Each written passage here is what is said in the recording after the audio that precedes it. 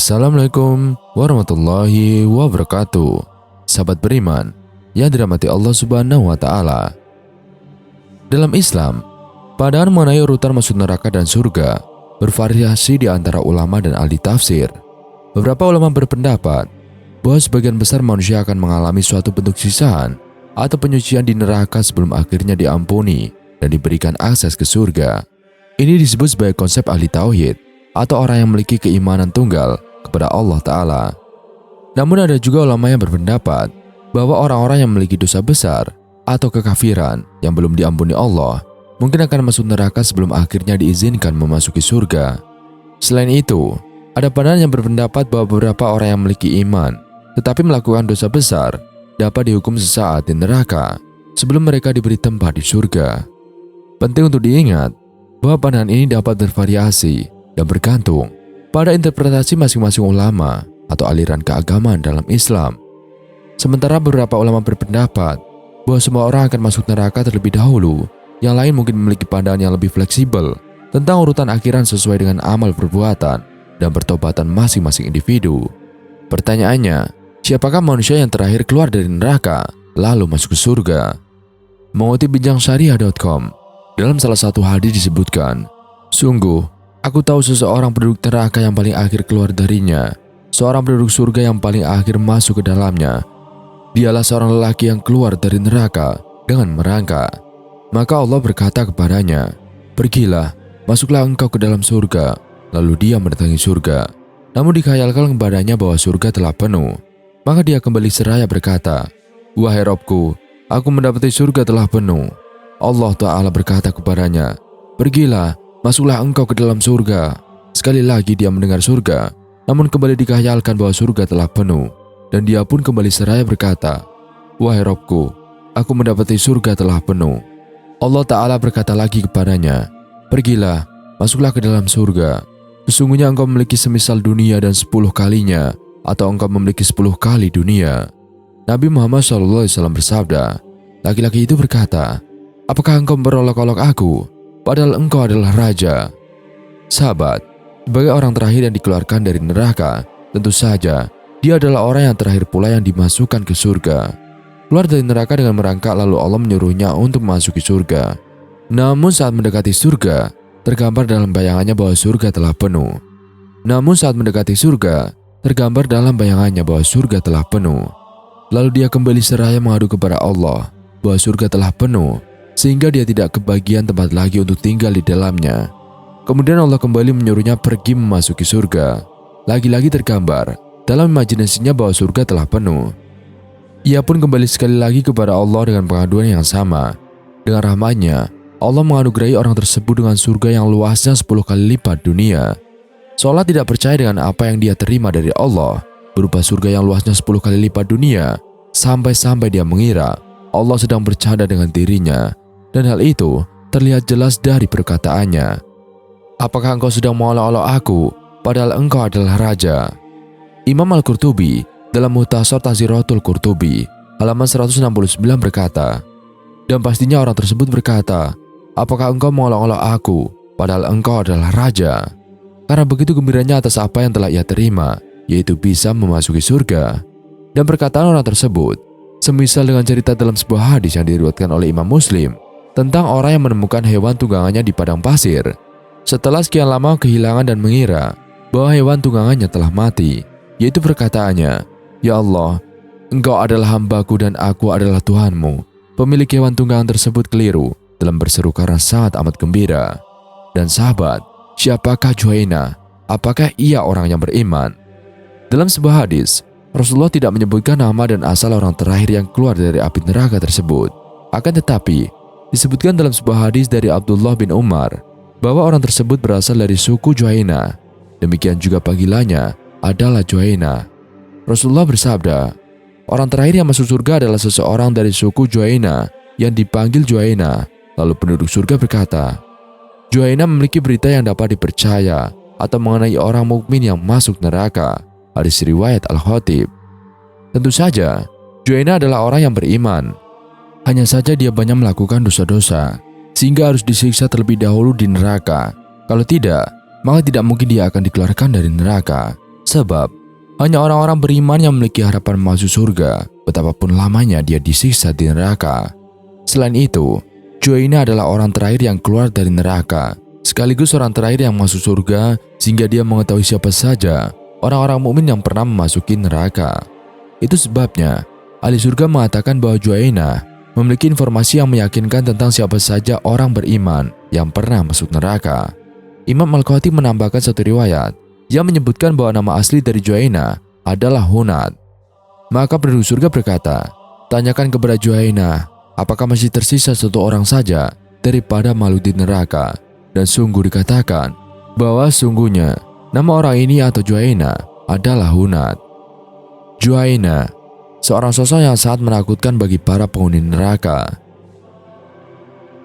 Ketika malaikat memanggil nama tersebut, maka semua penghuni neraka akan menangis, sebab Juwainah dipanggil untuk masuk ke surga untuk yang terakhir kalinya. Ini menjadi pertanda bahwa nama-nama lain di belakang Juwainah akan tersisa dan kekal di dalam neraka, dan tidak ada harapan lagi bagi siapapun yang dipanggil malaikat untuk mencicipi kenikmatan surgawi. Kisah Juwainah sudah diterangkan dalam sebuah hadis yang diambil dari kitab An-Nihaya fi Al-Fitan wa Al-Malahim oleh Ibnu Katsir. Ad-Daraqutni meriwayatkan dalam kitabnya, para perawi dari Malik dan Al-Khatib Al-Baghdadi dari Abdul Malik bin Hakam. Malik menuturkan kepada kami dari Nafi dari Ibnu Umar bahwa Rasulullah SAW bersabda, "Sesungguhnya orang yang terakhir masuk surga adalah seseorang lelaki dari suku Juwainah bernama Juwainah." Penghuni surga lalu berkata, "Juwainah memiliki kabar yang yakin. Tanyakanlah kepadanya, apakah masih ada yang tersisa dari para makhluk?" Riwayat ini oleh Imam Malik dikatakan tidak sah disandangkan karena tidak diketahui para perawinya. Namun As-Suhaili menyebutkan hadis tersebut dalam kitabnya dan tidak menganggapnya lemah. Hanya saja ia menyebutkan bahwa orang yang terakhir keluar dari neraka bernama Hanad. Baik Juwainah maupun Hanad nantinya akan membuat penduduk neraka menangis karena telah dipanggil masuk surga, dan itu artinya mereka yang ada di neraka akan tersisa kekal di dalamnya dan tidak ada harapan untuk berpindah menuju surga. Lain lagi dengan Imam Samsuddin Al-Qurtubi dalam kitab At-Tazkirah jilid 2 yang menjelaskan orang-orang yang terakhir keluar dari neraka sekaligus terakhir masuk surga. Dan menurut hadis riwayat Muslim dari Abdullah bin Mas'ud radhiyallahu an, dia berkata, Rasulullah bersabda, "Sesungguhnya aku benar-benar tahu penghuni neraka yang terakhir kali keluar darinya dan penghuni neraka yang terakhir kali masuk surga, yaitu seorang lelaki yang keluar dari neraka dengan merangkak. Maka Allah berkata, pergilah dan masuk ke surga. Orang tersebut kemudian pergi ke surga, tetapi terbayang olehnya bahwa surga telah penuh. Lalu ia berkata, ya Tuanku, hamba dapati surga telah penuh. Allah menjawab, pergilah dan masuk ke surga. Ia pun mencoba datang kembali ke surga, namun terbayang lagi bahwa surga telah penuh. Ia pun kembali berkata, ya Tuhanku, hamba dapati surga telah penuh. Maka sekali lagi Allah berkata, pergilah dan masuk ke surga. Sesungguhnya kamu akan memperoleh 10 kali lipat dunia. Kemudian orang itu berkata, apakah engkau mengejekku atau engkau menertawakan hamba, padahal engkau adalah raja? Abdullah bin Mas'ud radhiyallahu an menambahkan dengan berkata, saya sungguh-sungguh melihat Rasulullah tertawa sampai tampak gigi gerahamnya. Kemudian beliau bersabda, mengenai orang itu dikatakan, itulah ahli surga yang paling rendah derajatnya. Hadis riwayat Muslim. Sahabat, 4 golongan manusia ini haram tersentuh api neraka. Dalam sebuah hadis yang diriwayatkan At-Tirmizi dan Ibnu Hibban serta disahihkan oleh Al-Albani, Rasulullah SAW pernah menyebutkan 4 golongan orang yang haram tersentuh api neraka. Mereka adalah golongan orang yang hayyin, layyin, qarib dan sahal. Hadis tersebut diriwayatkan dari Abdullah bin Mas'ud radhiyallahu an. Pada suatu ketika Rasulullah SAW bertanya kepada para sahabat, maukah kalian aku tunjukkan orang yang haram baginya tersentuh api neraka? Lalu para sahabat kemudian menjawab, mau wahai Rasulullah. Rasulullah SAW bersabda, haram tersentuh api neraka yaitu orang yang hayyin, layyin, qarib dan sahal. Hadis tersebut diriwayatkan dari Abdullah bin Mas'ud radhiyallahu an. Pada suatu ketika Rasulullah SAW bertanya kepada para sahabat, maukah kalian aku tunjukkan orang yang haram baginya tersentuh api neraka? Dan para sahabat kemudian menjawab, mau wahai Rasulullah. Rasulullah SAW bersabda, haram tersentuh api neraka orang yang hayyin, layyin, qarib dan sahal. Jadi ada 4 ciri khas orang yang tidak akan tersentuh api neraka, kata pengasuh pondok pesantren Darut Tauhid, Bandung, Jawa Barat, Kiai Haji Abdullah Jimnastiar atau A'ajim. Hayyin adalah orang yang memiliki ketenangan lahir dan batin. Kehadiran orang seperti ini sangat menenangkan, teduh, meneduhkan, dan tidak temperamental. Orang yang memiliki sifat hayyin bisa mengontrol pikiran, mengendalikan perasaan, juga hati dan sikapnya. Dari mana semua ini? Mengapa bisa memiliki sifat hayyin? Kata kuncinya adalah dari hati, kata A'ajim. A'ajim melanjutkan, hati akan tentram jika senantiasa mengingat Allah Ta'ala. Tak hanya sekedar mengingat, namun juga yakin bahwa Allah Maha melihat, Maha mendengar, Maha dekat, Maha menguasai segalanya, dan Maha menentukan. Hayyin lahir dari ketauhidan. Makin bagus tauhid seseorang, maka akan makin tenang, ungkap A'ajim. Allah Ta'ala berfirman di dalam Al-Quran, surat Ar-Ra'd, ayat 28, yaitu orang-orang yang beriman dan hati mereka menjadi tentram dengan mengingat Allah. Ingatlah, hanya dengan mengingat Allah, hati menjadi tentram. Golongan kedua, yaitu layyin, adalah orang yang lemah, lembut, sopan dan santun. Orang yang memiliki sifat layyin, perkataan dan sikapnya tidak melukai, tidak memojokkan, tidak mempermainkan. Menurut A'ajim, sifat layyin muncul dari sikap rahmatan lil alamin yang ada pada hati seseorang. Contoh orang yang memiliki sifat layyin adalah Rasulullah Muhammad SAW. Hati beliau sangat sayang kepada umatnya. Orang yang penuh kasih sayang akan lahir kelemah lembutan, akan lahir sikap sopan santun. Golongan ketiga, yaitu haram tersentuh api neraka adalah qorib. Menurut A'ajim, orang dengan sifat qorib adalah pribadi yang hangat, akrab, supel dan menyenangkan. Dia tidak memiliki sikap yang membuat orang lain tidak nyaman, terluka atau tersakiti. Sifat qorib datang dari perilaku tawadu atau rendah hati. Orang yang tawadu akan nyaman dengan dirinya, sehingga orang lain pun nyaman bersamanya. Hal itu tentu berbeda dengan orang yang tinggi hati, merasa lebih hebat, merasa lebih pintar, atau lebih penting. Orang yang merasa dirinya tinggi dan melihat orang lain lebih rendah, dia tidak akan nyaman dengan dirinya sendiri, karena dia selalu menuntut orang lain untuk menghargai, menghormati, dan memperlakukan spesial. Papar A'ajim. Sifat yang keempat, yaitu termasuk golongan haram tersentuh api neraka adalah sifat sahal. Termasuk golongan sahal adalah orang yang mudah, tidak ribet, atau tidak berbelit-belit. Semua diberlakukan secara profesional, namun bukan berarti menggampangkan masalah. Dan sahabat, inilah 4 golongan wanita yang masuk surga dan neraka. Tersebut dalam riwayat bahwa Nabi Muhammad SAW bersabda, ada 4 macam wanita yang masuk surga dan 4 macam wanita yang lain masuk neraka. Di antaranya 4 macam wanita yang masuk surga adalah istri yang memelihara kesucian atau kehormatan dirinya, mentaati perintah Allah dan mentaati suaminya, penyabar, mudah menerima pemberian sedikit bersama suaminya, mempunyai rasa malu. Ia memelihara dirinya dan harta suaminya. Yang lain adalah istri yang ditinggal mati suaminya, yang mempunyai anak banyak. Ia menahan diri untuk kepentingan anak-anaknya, memelihara mereka berlaku baik pada mereka, dan tidak menikah lagi karena khawatir jika menyanyiakan anak-anaknya itu. Adapun 4 wanita yang lain yang ditetapkan masuk neraka adalah istri yang berlisan buruk pada suaminya. Kalau suaminya sedang pergi, ia tidak menjaga kehormatan dirinya. Kalau suaminya berada di rumah, lisannya terus mencerca dengan kata-kata yang buruk. Dan istri yang membebani suaminya dengan beban yang tidak sanggup dipikulnya. Dan istri yang tidak menutup dirinya dari laki lain, bahkan ia keluar rumah dengan dandanan yang berlebihan. Dan istri yang tidak mempunyai aktivitas lain kecuali makan, minum, tidur, dan tidak mempunyai kecintaan untuk melaksanakan sholat, tidak mentaati Allah dan Rasul-Nya, dan tidak berusaha mentaati suaminya. Istri yang bersikap seperti itu adalah istri yang terlaknat, termasuk ahli neraka, kecuali jika segera bertaubat. Al-Hadis. Kata Sa'ad bin Waqqas, aku mendengar Rasulullah bersabda, sesungguhnya seorang istri jika tidak membesarkan hati suaminya sewaktu mengalami kesempitannya, maka Allah akan melaknatnya, dan begitu pula para malaikat semuanya ikut melaknat dirinya. Al-Hadis.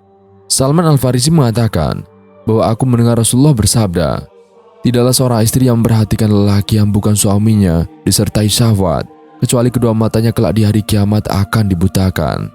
Abu Ayyub Al-Ansari mengatakan, aku mendengar bahwa Rasulullah bersabda, di langit dunia, Allah menciptakan atau menempatkan 70.000 malaikat, di mana mereka melaknat setiap istri yang mengkhianati suaminya dalam penggunaan hartanya. Di hari kiamat kelak, mereka dikumpulkan bersama para tukang sihir, para dukun, kendati sepanjang hidupnya dihabiskan untuk melayani suaminya. Al-Hadis. Kata Muawiyah, sesungguhnya aku mendengar bahwa Rasulullah bersabda, mana saja seorang istri yang mengambil harta suaminya tanpa seizinnya, kecuali dirinya mendapat 70 dosa pencuri. Al-Hadis. Rasulullah SAW bersabda, Allah mengharamkan setiap orang masuk surga sebelum aku. Hanya saja melihat dari sebelah kananku seorang perempuan yang mendahului aku menuju pintu surga. Aku bertanya, bagaimana perempuan itu mendahuliku? Lalu dijawab, hai Muhammad, dia adalah perempuan yang bagus. Ia mempunyai anak-anak yatim, tetapi ia bersabar merawat mereka hingga mencapai usia balik. Lalu dia bersyukur kepada Allah terhadap semua itu. Al-Hadis. Umar bin Khattab mengatakan bahwa Rasulullah SAW bersabda, mana saja istri yang berkeraskan suaranya kepada suaminya, kecuali dilaknat oleh segala sesuatu yang tersinar oleh sinar matahari. Al-Hadis. Abu Dzar mengatakan, aku mendengar bahwa Rasulullah bersabda, sesungguhnya kalaupun seorang istri beribadah seperti ibadahnya para malaikat dan manusia yang ahli ibadah, kemudian ia membuat keprihatinan kepada suaminya karena masalah nafkah, kecuali pada hari kiamat ia datang sementara tangannya terbelenggu pada leher dan kakinya terikat, mulutnya dirobek, wajahnya pucat, dan dirinya digantung oleh malaikat yang sangat keras, seraya diseret menuju neraka. Al-Hadis. Salman Al-Farisi mengatakan, aku mendengar bahwa Rasulullah bersabda, mana saja istri yang bersolek dan mengenakan wangian keluar rumah tanpa mendapat izin dari suaminya, maka sesungguhnya dia berjalan dalam kemurkaan Allah dan kebenciannya hingga kembali. Al-Hadis. Rasulullah bersabda, mana saja istri yang menukar pakaiannya di lain rumah dengan maksud sengaja dibuka supaya terlihat lelaki lain, maka Allah pasti merobek penutupnya. Hadis diriwayatkan oleh Imam Ahmad, Imam Tabrani, Imam Al-Hakim, dan Imam Al-Baihaqi. Tersebut dalam riwayat Al-Hakim bahwa ada salah seorang perempuan bertanya kepada Nabi Muhammad SAW, sesungguhnya putra pamanku bermaksud melamar aku, karena itu jelaskan kepadaku apa saja hak-hak suami atas istrinya. Jika hak-hak itu sanggup aku jalani, niscaya aku siap menikah. Dan Rasulullah menjawab, di antara hak-hak suami adalah seandainya dari hidungnya mengalir darah atau nanah, maka istrinya menjilatinya, maka yang demikian itu belum cukup menunaikan hak-haknya. Seandainya diperbolehkan seseorang bersujud kepada orang lain, tentu aku perintahkan seorang istri supaya bersujud kepada suaminya. Dan wanita itu berkata, demi zat yang mengutusmu dengan hak, selama di dunia aku tak akan menikah. Dalam riwayat diberitakan oleh Aisyah radhiyallahu anha bahwa ada seorang perempuan datang menghadap Nabi Muhammad seraya berkata, hai Rasulullah, aku ini seorang wanita yang masih muda. Baru-baru ini aku sedang dilamar seseorang, tapi aku belum siap menikah. Sebenarnya apa saja hak-hak suami atas istrinya itu? Lalu Rasulullah menjawab, sekiranya mulai dari muka hingga sampai kakinya dipenuhi oleh penyakit bernanah, lalu istrinya menjilati seluruhnya, maka yang demikian itu belum terbilang memenuhi rasa syukur terhadap suami. Perempuan muda itu berkata, kalau begitu, pantaskah aku menikah? Rasulullah menjawab, sebaiknya menikahlah, karena menikah itu baik. Tersebut dalam riwayat At-Tabrani, sesungguhnya seorang istri terhitung belum memenuhi hak-hak Allah Ta'ala, sehingga dia memenuhi hak-hak suaminya keseluruhan. Seandainya suaminya minta dirinya sementara ia masih berada di atas punggung onta, maka ia tidak boleh menolak suaminya atas dirinya. Yang dia maksud, meminta dirinya adalah meminta untuk melayani seksual suaminya. Al-Hadis. Ibnu Abbas radhiyallahu anhu mengatakan, ada seorang perempuan dari Qassam menghadap Rasulullah SAW. Kemudian dia bertanya, aku ini seorang perempuan yang masih sendirian. Aku bermaksud menikah. Sesungguhnya apa saja hak-hak suami itu? Lalu beliau menjawab, apabila suami menghendaki istrinya seraya terus menggoda, sementara waktu itu istrinya masih di atas punggung onta, maka ia tidak boleh menolaknya. Di antara hak suami adalah hendaknya istri jangan memberikan suatu apapun dari rumahnya kecuali mendapat izin dari suaminya. Kalau ia tetap melakukan perbuatan itu, maka ia berdosa dan pahalanya diberikan kepada suaminya. Dan di antara hak suami yang lain adalah hendaknya istri jangan berpuasa sunnah kecuali mendapat izin dari suaminya. Kalau ia tetap berpuasa, maka hanya mendapat rasa lapar dan dahaga, puasanya tidak diterima. Dan kalau istrinya memaksa keluar rumah tanpa memperoleh izin dari suaminya, maka ia dilaknati para malaikat hingga kembali dan bertaubat. Al-Hadis. Wallahu a'lam bishawab. Inilah 4 golongan orang yang kekal selamanya di neraka. Dalam Islam, Salah satu keyakinan mendasar adalah konsep akhirat, di mana individu akan dimintai pertanggungjawaban atas perbuatannya di dunia ini. Ini termasuk konsep surga dan neraka, di mana individu akan diberi ganjaran atau hukuman berdasarkan perbuatannya selama hidupnya. Dan beberapa individu dihukum di neraka untuk waktu yang terbatas, dan ada golongan orang yang kekal di dalam neraka. Golongan orang yang kekal di neraka ini adalah orang yang menolak petunjuk Allah dan tetap bertahan dalam ketidaktaatan dan kesalahan mereka. Al-Quran menggambarkan hukuman yang akan mereka hadapi sebagai hukuman yang berat dan abadi tanpa kemungkinan penebusan atau pelarian. Keyakinan akan golongan orang yang abadi di neraka berfungsi sebagai pengingat bagi umat Islam untuk mengambil tindakan mereka dengan serius dan berjuang menuju kebenaran dan perbuatan baik. Hal ini juga menekankan pentingnya mencari pengampunan dan pertobatan atas dosa-dosa seseorang sebelum terlambat. Lantas, siapa saja golongan orang yang kekal di neraka? Lebih lengkapnya, berikut ini telah kami rangkum dari berbagai sumber. Konsep neraka abadi. Dalam Islam, ada konsep neraka abadi yang dikenal dengan istilah jahanam. Dan menurut kepercayaan Islam, jahanam adalah tempat hukuman bagi mereka yang menolak iman kepada Allah dan melakukan dosa besar selama hidup mereka tanpa mencari pertobatan dan pengampunan. Diyakini bahwa mereka yang masuk jahanam akan tinggal di sana selama-lamanya dan penderitaan mereka akan sangat hebat dan abadi. Namun penting untuk dicatat bahwa ajaran Islam menekankan rahmat dan pengampunan Allah. Diyakini bahwa Allah Maha Penyayang dan Pengampun, dan mereka yang mencari taubat dan kembali kepadanya dengan tulus akan diampuni dan diberikan surga sebagai ganti jahanam. Oleh karena itu, tidak tepat untuk mengatakan bahwa semua orang yang melakukan dosa pasti akan berakhir di jahanam untuk selama-lamanya. Sehingga penting juga untuk dicatat bahwa konsep hukuman abadi di neraka tidak dimaksudkan untuk mencegah individu mencari pengampunan atas percaya bahwa Allah SWT tidak berbelas kasih. Dalam Islam, diyakini bahwa Allah Maha Pengampun dan Penyayang, dan bahwa pertobatan yang tulus dan mencari pengampunan selalu mungkin dan tidak peduli seberapa besar dosa seseorang. Secara keseluruhan, kepercayaan pada golongan manusia abadi di neraka dalam Islam berfungsi sebagai pengingat yang kuat akan konsekuensi dari tindakan seseorang dan pentingnya berjuang menuju kebenaran dan mencari pengampunan dalam hidup ini. Inilah golongan orang yang kekal di neraka. 1. Golongan ahlul bid'ah, yaitu orang-orang yang melakukan inovasi dalam agama tanpa adanya dasar dari ajaran Islam yang sahih. Mereka akan kekal di neraka sebagai hukuman atas tindakan mereka yang menyesatkan. Sesungguhnya, orang-orang yang mendustakan ayat-ayat Kami dan menyombongkan diri terhadapnya tidak akan dibukakan bagi mereka pintu-pintu surga, dan mereka tidak akan masuk surga hingga unta masuk ke dalam lubang jarum. Demikianlah Kami membalas orang-orang yang berdosa. Quran Surat Al-A'raf ayat 40. 2. Golongan ahlul kabair, yaitu orang-orang yang melakukan dosa besar seperti membunuh, memperkosa, meminum minuman keras, dan berzina. Mereka akan kekal di neraka sebagai hukuman atas tindakan mereka yang melanggar hukuman Allah. Sesungguhnya, Allah tidak akan mengampuni dosa syirik, dan Dia mengampuni dosa yang selain dari syirik bagi siapa yang dikehendakinya. Barang siapa yang mempersekutukan Allah, maka sungguh ia telah tersesat sejauh-jauhnya.